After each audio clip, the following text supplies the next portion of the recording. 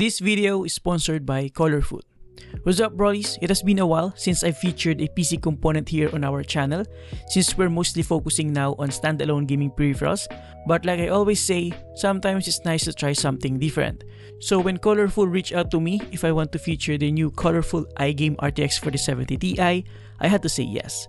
So in this video, we're going to do an unboxing, features overview, and a little bit of gameplay experience about this fancy and colorful looking graphics card. See what I did here? So let's get into it.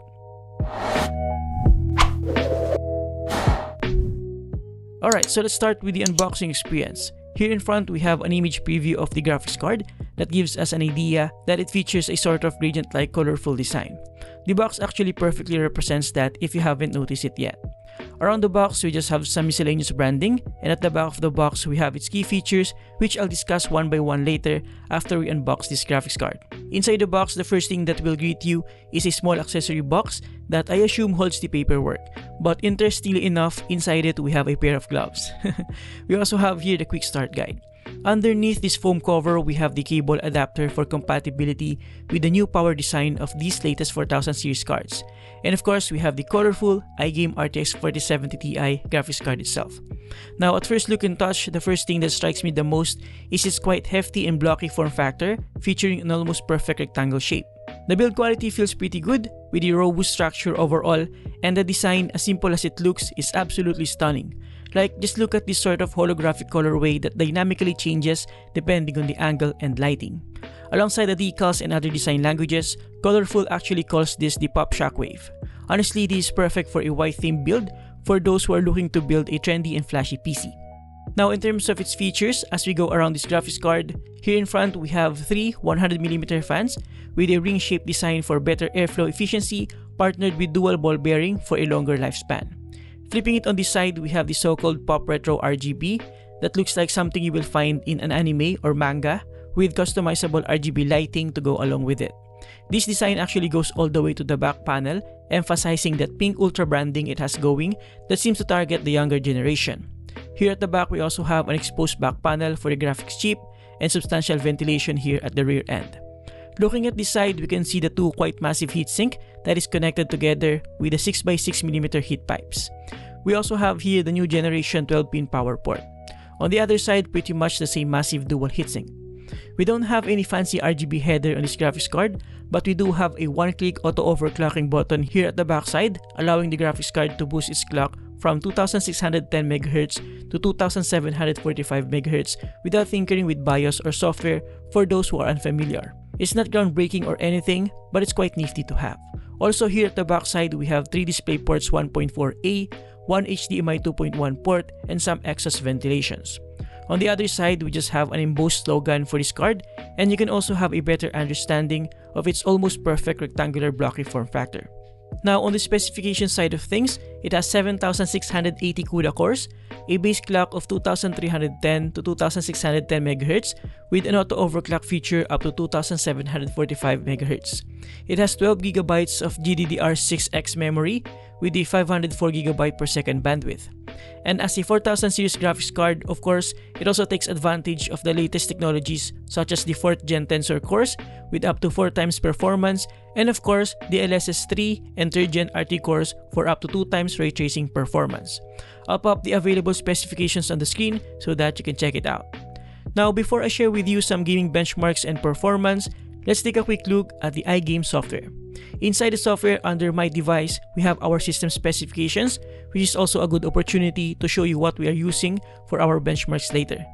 We also have here the quick system monitoring for temperature and fan speed.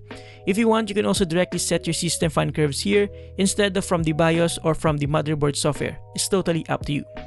Under the hardware page, we can customize the lighting effects globally throughout different components or set it up separately.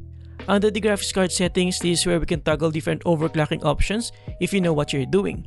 If not, I suggest using the automatic overclocking button at the back of the graphics card or simply setting the clock speed to 2745 MHz. It's basically the same thing.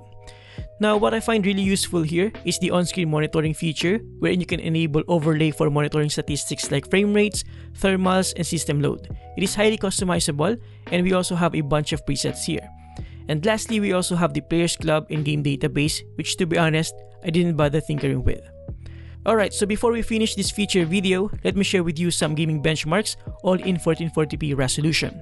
First, in Cyberpunk 2077, with ray tracing set to ultra but with DLSS off, we're getting around 64.73 FPS, which to be honest is pretty decent considering we're running at its native resolution. Now with the help of DLSS in balanced mode, still with ray tracing set to ultra, we're getting around 65.04, which is just a slight bump from the native resolution. I also understand that not all of us fancy ray tracing, so with ray tracing and DLSS turned off at ultra settings, we're getting around 96.91 FPS, which is pretty good if you don't want to take advantage of RTX. Now in Hitman 3, in ultra settings with ray tracing and DLSS off, we're getting a respectable 85.87 FPS. And in ultra settings with ray tracing turned on but still with DLSS off, we're getting around 52.12 FPS.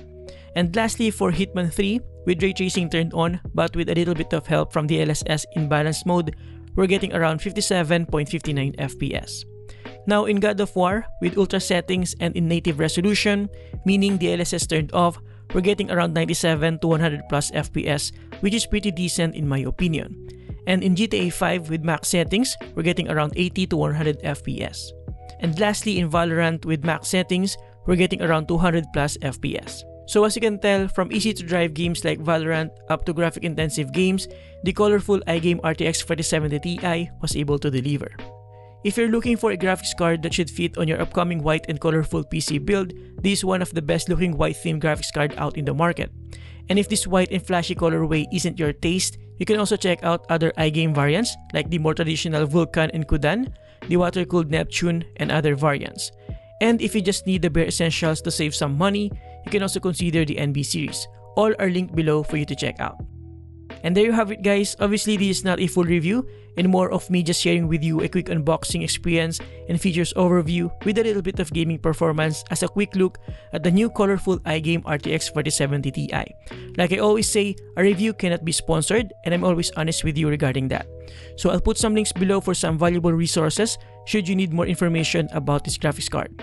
Thanks to Colorful for allowing me to experience this graphics card and for sponsoring this video. Thank you for watching. Subscribe if you appreciate this video and see you next time. Have a great day guys. You're awesome.